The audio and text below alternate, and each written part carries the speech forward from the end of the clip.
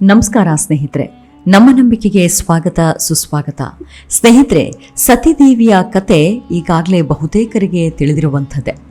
ದಕ್ಷನ ಯಜ್ಞದಲ್ಲಾದ ಮಹಾ ಕಥಾನಕಗಳು ನಿಜಕ್ಕೂ ಅತಿ ರೋಚಕ ಅಧ್ಯಾಯಗಳಲ್ಲೊಂದು. ಆದರೆ ಸತಿದೇವಿಯ ಜನನವಾಗಿದ್ದು ಹೇಗೆ ಅನ್ನೋದು ಮಾತ್ರ ಅದೆಷ್ಟೋ ಮಂದಿಗೆ ತಿಳಿದಿಲ್ಲದ ವಿಚಾರ. ಇವತ್ತಿನ ಎಪಿಸೋಡ್ನಲ್ಲಿ ಸತಿದೇವಿಯ ಹುಟ್ಟು ಹೇಗಾಯಿತು, ಹುಟ್ಟಿಗೆ ಕಾರಣವಾದ್ರೂ ಏನು ಅನ್ನೋ ರೋಚಕ ಕಥೆಯನ್ನ ತಿಳಿದುಕೊಳ್ತಾ ಹೋಗೋಣ. ಅದಕ್ಕೂ ಮುನ್ನ ನಮ್ಮ ನಂಬಿಕೆಗೆ ನಿಮ್ಮ ಬೆಂಬಲವಿರಲಿ. ಸ್ನೇಹಿತರೆ, ಸತಿದೇವಿಯು ಅಗ್ನಿಗಾಹುತಿಯಾದ ಕಥಾನಕದ ವಿಡಿಯೋಗಳು ಹಾಗೂ ಕುಂಡಲಿನಿ ಶಕ್ತಿಯಾಗಿ ಪ್ರವಹಿಸಿದ ಜಗನ್ಮಾತೆಯ ಕೌತುಕ ಕಥಾನಕಗಳನ್ನು ಈಗಾಗಲೇ ವಿಡಿಯೋ ಮಾಡಲಾಗಿದೆ.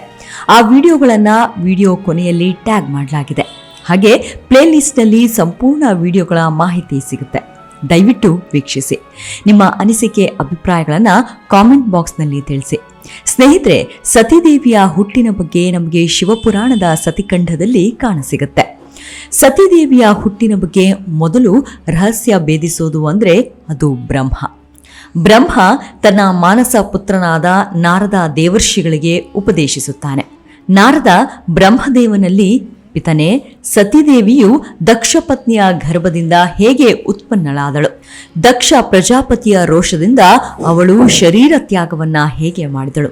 ಮುಂದೆ ಅವಳು ಹಿಮಾಲಯದ ಕನ್ಯೆಯಾಗಿ ಹೇಗೆ ಜನಿಸಿದಳು? ಇವೆಲ್ಲ ಸಂಗತಿಗಳನ್ನ ನೀನು ಹೇಳಬೇಕು ಎಂದು ಕೇಳಿಕೊಂಡಾಗ ಬ್ರಹ್ಮದೇವ ಸತಿದೇವಿಯ ಜನ್ಮ ರಹಸ್ಯವನ್ನ ಅರುಹಿದ. ನಾರದ, ನಿನಗೆ ದೇವಸತಿಯ ಹಾಗೂ ಪಾರ್ವತಿಯ ಪರಮ ಪಾವನಕರವಾದ ಕಥೆಗಳನ್ನ ತಿಳಿಸಿವೆ, ಯಥಾವಕಾಶವಾಗಿ ಕೇಳು ಎನ್ನುತ್ತಾ ಮರೀಚಿ, ಅತ್ರಿ, ಪುಲಹ, ಪುಲಸ್ತ್ಯ, ಅಂಗೀರ, ಕೃತು, ವಸಿಷ್ಠ, ನಾರದ, ದಕ್ಷ, ಭೃಗು ಮೊದಲಾದ ಮಾನಸ ಪುತ್ರರನ್ನ ಉತ್ಪನ್ನ ಮಾಡಿದ ಬಳಿಕ ನನ್ನ ಹೃದಯದಿಂದ ಮನೋಹರ ರೂಪದ ಒಬ್ಬ ಸುಂದರ ನಾರಿಯು ಉತ್ಪನ್ನಳಾದಳು. ಸಾಯಂಕಾಲದಲ್ಲಿ ಅವಳ ರೂಪ ಸೌಂದರ್ಯಗಳು ಅತ್ಯಂತ ವಿಕಸವಾಗುತ್ತಿದ್ದವು. ಅವಳು ನಿರಂತರವಾಗಿ ಮಂತ್ರ ಜಪಗಳಲ್ಲಿ ಮಗ್ನಳಾಗಿರುತ್ತಿದ್ದಳು. ಅವಳನ್ನ ನೋಡಿದರೆ ಮಹಾ ತಪಸ್ವಿಗಳು ಕೂಡ ಮೋಹಿತರಾಗುತ್ತಿದ್ದರು. ಅವಳ ಹೆಸರು ಸಂಧ್ಯಾ. ತರುವಾಯ ನನ್ನ ಮನದಿಂದ ಒಬ್ಬ ಮನೋಹರ ಪುರುಷನು ಪ್ರಕಟನಾದ. ಅವನು ಕೂಡ ಅತ್ಯಂತ ಸುಂದರನಾಗಿದ್ದ. ಅವನ ಮೈಗೆ ಕೇಸರವು ಲೇಪನವಾಗಿತ್ತು. ಅದರ ಸುಗಂಧವು ನಾಸಿಕವನ್ನ ತಣಿಸುತ್ತಿತ್ತು. ಆ ಪುರುಷನು ನನ್ನನ್ನ ನೋಡಿ ಪ್ರಣಾಮ ಮಾಡಿ, ಬ್ರಹ್ಮನ್, ನಾನು ಯಾವ ಕಾರ್ಯ ಮಾಡಲಿ ಎಂದು ವಿಚಾರಿಸಿದನು. ಆಗ ಹೇಳಿದೆ, ಭದ್ರಪುರುಷ, ನೀನು ಪುಷ್ಪಗಳಿಂದ ರಚಿತವಾದ ಪಂಚಬಾಣಗಳಿಂದ ಪ್ರಾಯದ ಸ್ತ್ರೀ ಪುರುಷರನ್ನ ಮೋಹಿತರನ್ನಾಗಿ ಮಾಡುತ್ತಾ ಸೃಷ್ಟಿಯ ಸನಾತನ ಕಾರ್ಯವನ್ನ ನೆರವೇರಿಸು. ಈ ಚರಾಚರ ತ್ರಿಭುವನದಲ್ಲಿ ಯಾವ ಜೀವವೂ ನಿನ್ನನ್ನು ತಿರಸ್ಕರಿಸಲಾರದು. ನೀನು ಗುಪ್ತವಾಗಿ ಪ್ರಾಣಿಗಳ ಹೃದಯದಲ್ಲಿ ಸಂಚಾರ ಮಾಡಿ ಅವರನ್ನ ಉನ್ಮತ್ತಗೊಳಿಸುವೆ. ನೀನು ಮನವನ್ನ ಮತಿಸುವುದರಿಂದ ನಿನ್ನ ಹೆಸರು ಮನ್ಮಥನೆಂದಾಗುವುದು.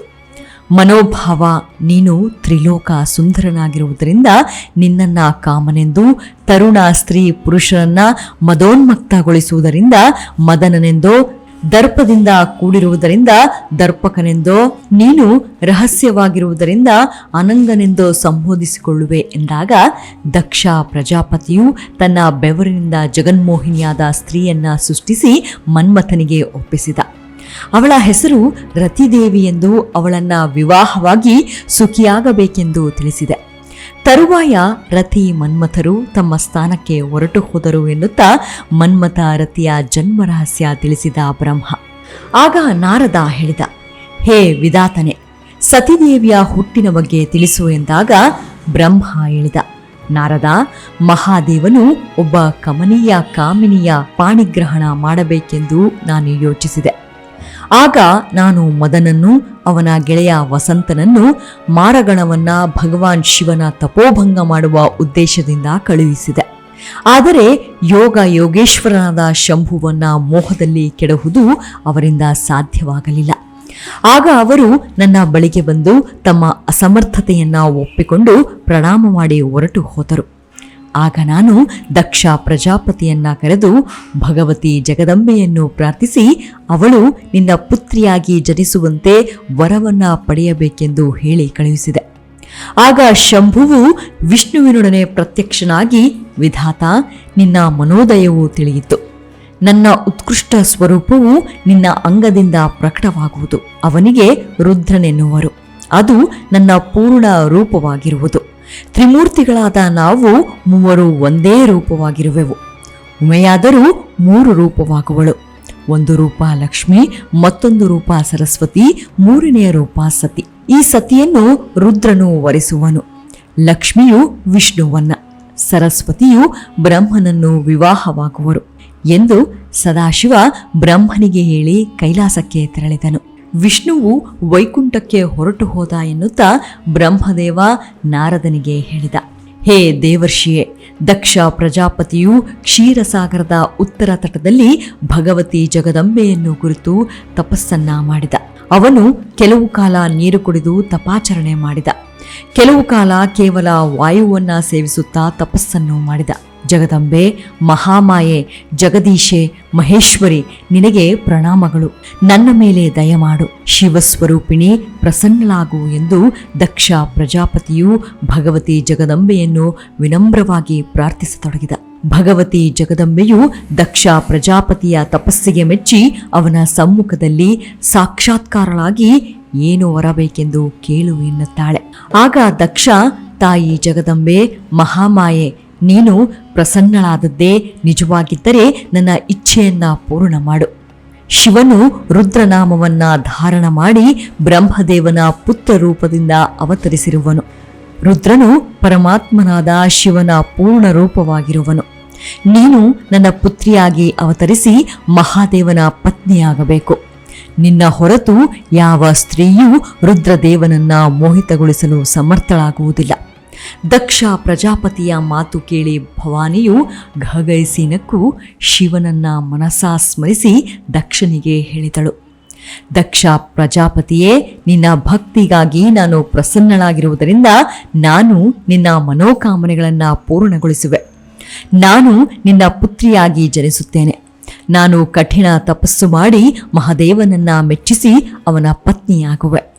ಭಗವಾನ್ ಸದಾಶಿವನು ಸರ್ವಾರ್ಥ ನಿರ್ವಿಕಾರನು. ಅವನೇ ಬ್ರಹ್ಮ ವಿಷ್ಣು, ನಿತ್ಯ ಪರಿಪೂರ್ಣನಾಗಿರುವನು.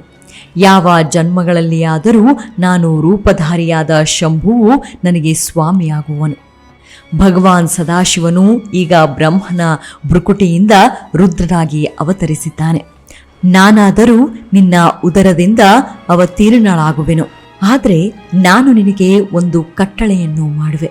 ಏನೆಂದರೆ, ನೀನು ಎಂದು ನನಗೆ ಅನಾದರ ಮಾಡುವೆಯೋ ಅದೇ ಸಮಯದಲ್ಲಿ ನಾನು ನನ್ನ ಶರೀರವನ್ನು ತ್ಯಜಿಸಿಬಿಡುವೆನು. ಪ್ರತಿಯೊಂದು ಕಲ್ಪದಲ್ಲಿಯೂ ನಾನು ನಿನಗೆ ಪುತ್ರಿಯಾಗಿ ಮಹಾದೇವನನ್ನ ವಿವಾಹವಾಗುವೆನು ಎಂದು ಭಗವತಿ ಜಗದಂಬೆಯು ದಕ್ಷ ಪ್ರಜಾಪತಿಗೆ ವರಪ್ರಸಾದ ಮಾಡಿದಳು. ತರುವಾಯ ದಕ್ಷನು ಅಲ್ಲಿಂದ ತನ್ನ ಲೋಕಕ್ಕೆ ತೆರಳಿದ. ದೇವಿಯಿಂದ ವರವನ್ನ ಪಡೆದುದಕ್ಕಾಗಿ ನನಗೆ ಅತೀವ ಸಂತಸವಾಯಿತು ಎಂದು ದಕ್ಷ ನನ್ನ ಬಳಿ ಬಂದು ಹೇಳಿದ. ಬ್ರಹ್ಮದೇವ, ಮಾನಸಿಕ ಸೃಷ್ಟಿಯಿಂದ ಪ್ರಜಾಭಿವೃದ್ಧಿಯಾಗುವುದಿಲ್ಲ. ಪ್ರಜಾಭಿವೃದ್ಧಿಗಾಗಿ ಏನು ಮಾಡಬೇಕು ಎಂದು ಕೇಳಿಕೊಂಡ. ಆಗ ಬ್ರಹ್ಮ, ನೀನು ಪ್ರಜಾಪತಿ ಪಂಚಜನನ ಸುಂದರ ಪುತ್ರಿಯಾದ ಪ್ರಸೂತಿಯನ್ನ ಪತ್ನಿ ರೂಪದಿಂದ ಸ್ವೀಕರಿಸು. ನೀನು ಆ ಸ್ತ್ರೀಯೊಡನೆ ಮೈಥುನ ಧರ್ಮವನ್ನಾಶ್ರಯಿಸಿ ಪ್ರಜಾಸ್ವರ್ಗವನ್ನ ವರ್ಧಮಾನಗೊಳಿಸು. ಸುಂದರಿಯಾದ ಪ್ರಸೂತಿಯಲ್ಲಿ ನೀನು ಸಂತಾನವನ್ನ ಉತ್ಪತ್ತಿ ಮಾಡುವೆ ಎಂದ. ದಕ್ಷನು ಪ್ರಸೂತಿಯನ್ನು ಪತ್ನಿಯನ್ನಾಗಿ ಸ್ವೀಕರಿಸಿ 10,000 ಹರ್ಮಸ್ವರರೆಂಬ ಪುತ್ರರನ್ನ ಸೃಷ್ಟಿಸಿದ. ಅವರು ತಂದೆಯ ಆಜ್ಞೆಯ ಮೇರೆಗೆ ಪ್ರಜಾಭಿವೃದ್ಧಿಗಾಗಿ ತಪಸ್ಸಿಗೆ ತೆರಳಿದರು. ಅವರು ಸಿಂಧೂ ನದಿಯು ಸಮುದ್ರ ಸಂಗಮವಾಗುವಲ್ಲಿದ್ದ ನಾರಾಯಣಾಸರದ ತಟಕಾದಲ್ಲಿ ತಪಾಚರಣೆ ಮಾಡುತ್ತಿದ್ದಾಗ ನೀನು ಅಲ್ಲಿಗೆ ಹೋಗಿ ಅವರನ್ನ ಪ್ರವೃತ್ತಿ ಮಾರ್ಗದಿಂದ ನಿವೃತ್ತಿಗೊಳಿಸಿದೆ ಎಂದ ಬ್ರಹ್ಮ. ಆಗ ದಕ್ಷನು ದುಃಖಿತನಾದನು. ಸ್ವಲ್ಪ ಕಾಲದಲ್ಲಿ ನಾನು 10,000 ಶಬಲಾಶ್ವರರೆಂಬ ಪುತ್ರರನ್ನ ಹಡೆದ. ಶಬಲಾಶ್ವರರು ಪ್ರಜಾಭಿವೃದ್ಧಿಯಾಗಬೇಕೆಂಬ ಉದ್ದೇಶದಿಂದ ತಪಸ್ಸಿಗೆ ತೆರಳಿದರು. ನೀನು ಅವರನ್ನ ನಿವೃತ್ತಿ ಮಾರ್ಗಕ್ಕೆ ಕಳುಹಿಸಿದೆ. ತನ್ನ ಪುತ್ರರೆಲ್ಲ ನಿವೃತ್ತಿ ಮಾರ್ಗಕ್ಕೆ ಹೋದುದಕ್ಕಾಗಿ ದಕ್ಷನಿಗೆ ದುಃಖವಾಯಿತು. ತನ್ನ ಮಕ್ಕಳ ಬುದ್ಧಿಯನ್ನು ಹಾಳು ಮಾಡಿದ್ದಕ್ಕಾಗಿ ಅವನು ನಿನಗೆ ಶಾಪ ಕೊಟ್ಟನು. ಅವನ ಶಾಪದ ಫಲವಾಗಿ ನೀನು ಸ್ಥಾನಹೀನನಾಗಿ ನಿತ್ಯ ಸಂಚಾರಿಯಾಗಿರುವೆ. ಹೇ ಪುತ್ರ ನಾರದನೆ, ದಕ್ಷ ಪ್ರಜಾಪತಿಯು ದೇವಿಯ ವರದಾನದಿಂದ ತನ್ನ ಪತಿಯಲ್ಲಿ 60 ಜನ ಪುತ್ರಿಯರನ್ನ ಪಡೆದ. ಅವರಲ್ಲಿ ಹಿರಿಯ ಪುತ್ರಿಯೇ ಜಗದಂಬೆಯ ಅವತಾರವಾದ ಸತೀದೇವಿ. ಜಗನ್ಮಾತೆಯಾದ ಶಿವೆಯು ತಮಗೆ ಪುತ್ರಿಯಾದದ್ದಕ್ಕೆ ದಕ್ಷ ಪ್ರಜಾಪತಿಯು ಪ್ರಸೂತಿಯು ಹರುಷಿತರಾದಳು. ದಕ್ಷನು ದೇವಿಯನ್ನು ಸ್ತುತಿಸಿದ. ಆಗ ದೇವಿಯು ಅವನಿಗೆ ಪ್ರತ್ಯಕ್ಷಳಾಗಿ ತಾನು ಶಾಂಭವಿ ಎಂದು ಹೇಳಿದಳು. ಆ ಪುತ್ರಿಯು ಬಾಲ್ಯದಲ್ಲಿಯೇ ಶಿವನಾಮಸ್ಮರಣೆ ಮಾಡತೊಡಗಿದಳು. ಅವಳು ಪ್ರಬುದ್ಧಳಾದ ಬಳಿಕ ಮೃತ್ಯುಂಜಯನನ್ನ ಕುರಿತು ತಪಸ್ಸು ಮಾಡತೊಡಗಿದಳು. ಮಹಾದೇವಿಯ ತಪಾಚರಣೆಯನ್ನು ನೋಡಲು ವಿಷ್ಣು ಬ್ರಹ್ಮಾದಿಗಳು, ಲಕ್ಷ್ಮೀ ಶಾರದೆಯರು, ಇತರೆ ದೇವತೆಗಳೂ ಬಂದರು. ಸತೀದೇವಿಯ ಜಪ ಅನುಷ್ಠಾನಗಳನ್ನ ನೋಡಿ ವಿಸ್ಮಿತರಾದರು. ಕರಗಳನ್ನ ಜೋಡಿಸಿ ಭಗವತಿಗೆ ಪ್ರಣಾಮಗಳನ್ನರ್ಪಿಸಿದರು. ಶಿವನೇ ಪತಿಯಾಗಿ ದೊರೆಯಬೇಕೆಂಬ ಉದ್ದೇಶದಿಂದ ಸತೀದೇವಿಯು ತಪಸ್ಸು ಮಾಡತೊಡಗಿದ್ದಳು. ಆಗ ನಾನು ವಿಷ್ಣುವು ರುದ್ರನ ಬಳಿಗೆ ಹೋಗಿ ಸತೀದೇವಿಯನ್ನು ಪತ್ನಿಯನ್ನಾಗಿ ಸ್ವೀಕರಿಸಬೇಕೆಂದು ಪ್ರಾರ್ಥಿಸಿದವು. ಜಗದಂಬೆಯೇ ದಕ್ಷನ ಪುತ್ರಿಯಾಗಿ ಜನಿಸಿರುವಳೆಂದು, ಅವಳು ರುದ್ರದೇವನೇ ಪತಿಯಾಗಿ ದೊರೆಯಬೇಕೆಂದು ತಪಸ್ಸು ಮಾಡುತ್ತಿರುವಳೆಂದು ತಿಳಿಸಿದೆವು. ಆಗ ಶಿವ ಹೇಳಿದ, ಬ್ರಹ್ಮನ್ ಮತ್ತು ಶ್ರೀ ವಿಷ್ಣುವೆ, ನಿಮ್ಮ ಮಾತುಗಳು ನನ್ನ ದೃಷ್ಟಿಯಿಂದ ಗೌರವಪೂರ್ಣವಾದದ್ದು. ಆದರೆ ನನ್ನ ಸಲುವಾಗಿ ವಿವಾಹವು ಉಚಿತವಾಗದು. ಯೋಗಿಯ ರೂಪದಿಂದ ನನ್ನ ಪ್ರಸಿದ್ಧಿ ಇದೆ. ನಾನು ತಪಸ್ಸಿನಲ್ಲಿ ಮಗ್ನನಾಗಿರುವುದರಿಂದ ಸದಾ ಸಂಸಾರದಲ್ಲಿ ವಿರಕ್ತನಾಗಿರುವೆ. ನಾನು ನಿವೃತ್ತಿ ಮಾರ್ಗದವನು. ನಾನು ಆತ್ಮನಲ್ಲಿ ತಲ್ಲೀನನಾಗಿರುವವನು, ಅದರಲ್ಲಿಯೇ ಆನಂದಾನುಭವವನ್ನು ಹೊಂದಿರುವವನು. ನಾನು ನಿರಂಜನನು, ಅವಧೂತನೂ ಆಗಿರುವೆ. ನಾನು ಕಾಮಶೂನ್ಯನಾಗಿರುವೆ. ನನ್ನ ಮನದಲ್ಲಿ ಯಾವ ವಿಕಾರಗಳೂ ಇಲ್ಲ. ಭೋಗದಿಂದ ದೂರವಾಗಿರುವೆನು. ನಾನು ಸದಾ ಅಮಂಗಲ ಅಪವಿತ್ರ ವೇಷಧಾರಿಯಾಗಿರುವೆ. ವಿವಾಹದ ಬಗ್ಗೆ ನನ್ನ ಅಭಿರುಚಿ ಇಲ್ಲ. ಹೀಗಿದ್ದರೂ ಜಗತ್ತಿನ ಹಿತದ ಸಾಧನೆಗಾಗಿ ನಿಮ್ಮ ಗರಿಷ್ಠ ವಚನಗಳನ್ನು ಮನ್ನಿಸಿ ನಾನು ಅವಶ್ಯವಾಗಿ ವಿವಾಹವಾಗುವೆ. ಆದರೆ ವಿವಾಹವಾಗಲು ನಾನು ಒಂದು ಕಟ್ಟಳೆ ಮಾಡುವೆ. ನನ್ನನ್ನು ವರಿಸುವ ನಾರಿಯು ನನ್ನ ತೇಜವನ್ನು ವಿಭಾಗಪೂರ್ವಕ ಗ್ರಹಣ ಮಾಡಲು ಸಮರ್ಥಳಿರಬೇಕು. ಯೋಗಿನಿಯ ಹಾಗೂ ಇಚ್ಛಾನುಸಾರ ರೂಪಗಳನ್ನು ಧಾರಣ ಮಾಡುವಂತಿರಬೇಕು.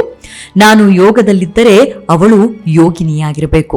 ನಾನು ಜ್ಯೋತಿ ಸ್ವರೂಪ ಸನಾತನ ಶಿವನ ಚಿಂತೆಯಲ್ಲಿ ಸದಾ ಮಗ್ನನಾಗಿರುವೆನು. ನಾನು ಚಿಂತನೆಯಲ್ಲಿ ಇಲ್ಲದಾಗ ಭಾಮಿನಿಯೊಡನೆ ಸಮಾಗಮ ಮಾಡಲು ಶಕ್ತನಾಗುವೆ. ಪತ್ನಿಯು ಶಿವನ ಚಿಂತನೆಗೆ ವಿಘ್ನ ಮಾಡಲು ಇಚ್ಛಿಸಿದರೆ ಅವಳ ಜೀವನದ ಅಂತ್ಯವೇ ಆಗುವುದು. ಆ ಸ್ತ್ರೀಯು ನನ್ನಲ್ಲಿ ಅವಿಶ್ವಾಸಗೊಂಡರೆ ತಕ್ಷಣವೇ ಅವಳನ್ನ ತ್ಯಾಗ ಮಾಡುವೆ ಎಂಬ ಕಟ್ಟಳೆ ವಿಧಿಸಿದ. ಬ್ರಹ್ಮ ಹೇಳಿದ, ರುದ್ರದೇವ, ಸಾಕ್ಷಾತ್ ಸದಾಶಿವನ ಧರ್ಮಪತ್ನಿ ಉಮಾದೇವಿಯು ಲೋಕ ಕಲ್ಯಾಣಕ್ಕಾಗಿ ದಕ್ಷ ಪ್ರಜಾಪತಿಯ ಕುಮಾರಿಯಾಗಿ ಜನ್ಮ ತಾಳಿರುವಳು.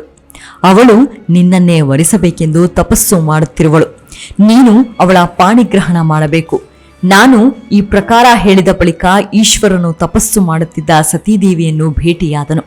ಈಶ್ವರ ಹೇಳಿದ, ದೇವಿ ನಿನ್ನ ವ್ರತಗಳಿಗೆ ತಪಸ್ಸಿಗೆ ಮೆಚ್ಚಿದ. ನೀನು ನಿನಗಿಷ್ಟವಾದ ವರಗಳನ್ನ ಕೇಳಿಕೊಳ್ಳಬಹುದು. ಏನು ಬೇಕು ಕೇಳು ಎಂದಾಗ ಸತೀದೇವಿಯು, ಮಹಾದೇವನೇ, ನೀನು ನನಗೆ ಪತಿಯಾಗಿ ನೀನು ವಿಧಿಪೂರ್ವಕವಾಗಿ ವಿವಾಹವಾಗಬೇಕು ಎಂದಾಗ ಶಿವನು, ನೀನೇ ನನ್ನ ಅರ್ಧಾಂಗಿಯಾಗಿರುವೆ, ಕೂಡಲೇ ನಿನ್ನ ಪಿತನ ಬಳಿ ತೆರಳಿ ತಿಳಿಸುವೆ ಎಂದಾಗ ಸತೀದೇವಿಯು ಮಹಾದೇವನಿಗೆ ವಂದಿಸಿ ಅನುಮತಿ ಕೊಟ್ಟು ಕಳುಹಿಸಿದಳು. ತರುವಾಯ ರುದ್ರದೇವ ಬ್ರಹ್ಮನ ಬಳಿಗೆ ಬಂದು ಎಲ್ಲಾ ಸಂಗತಿಯನ್ನು ತಿಳಿಸಿದ. ಬಳಿಕವೇ ಬ್ರಹ್ಮ ಪತ್ನಿ ಸರಸ್ವತಿಯೊಡನೆ ದಕ್ಷ ಪ್ರಜಾಪತಿಯ ಬಳಿ ತೆರಳಿ ರುದ್ರನ ಮನೋಭಿಲಾಷೆಯನ್ನ ತಿಳಿಸಿದ. ದಕ್ಷನು ಸತಿಯ ಅಪೇಕ್ಷೆಯನ್ನ ಬಲ್ಲವನಾಗಿದ್ದನು. ಭಗವಾನ್ ಪರಮೇಶ್ವರ ಮಹಾದೇವನಿಗಾಗಿಯೇ ತನ್ನ ಪುತ್ರಿಯು ಜನ್ಮವೆತ್ತಿರುಳೆಂಬುದನ್ನು ತಿಳಿಸಿ ಕನ್ಯಾದಾನ ಮಾಡಿ ಸತೀದೇವಿಯನ್ನು ಶಿವನಿಗೆ ಅರ್ಪಿಸುವೆನೆಂದು ತಿಳಿಸಿದ. ಹೀಗೆ ಸತೀದೇವಿಯು ಶಿವನಿಗಾಗಿಯೇ ಲೋಕದ ಉದ್ಧಾರಕ್ಕಾಗಿಯೇ ಜನ್ಮವೆತ್ತಿದಳು ಎಂಬ ರಹಸ್ಯವನ್ನ ತಿಳಿಸುತ್ತಾನೆ ಬ್ರಹ್ಮದೇವ. ತಾಯಿ ಜಗನ್ಮಾತೆಯ ಆಶೀರ್ವಾದ ನಮ್ಮೆಲ್ಲರ ಮೇಲಿರಲಿ. ಮುಂದಿನ ಎಪಿಸೋಡ್ನಲ್ಲಿ ಮತ್ತೆ ಸಿಗೋಣ. ಅಲ್ಲಿಯವರೆಗೂ ನಿಮ್ಮ ಆರೋಗ್ಯದ ಕಡೆ ಗಮನವಿರಲಿ. Take care. ನಮಸ್ಕಾರ.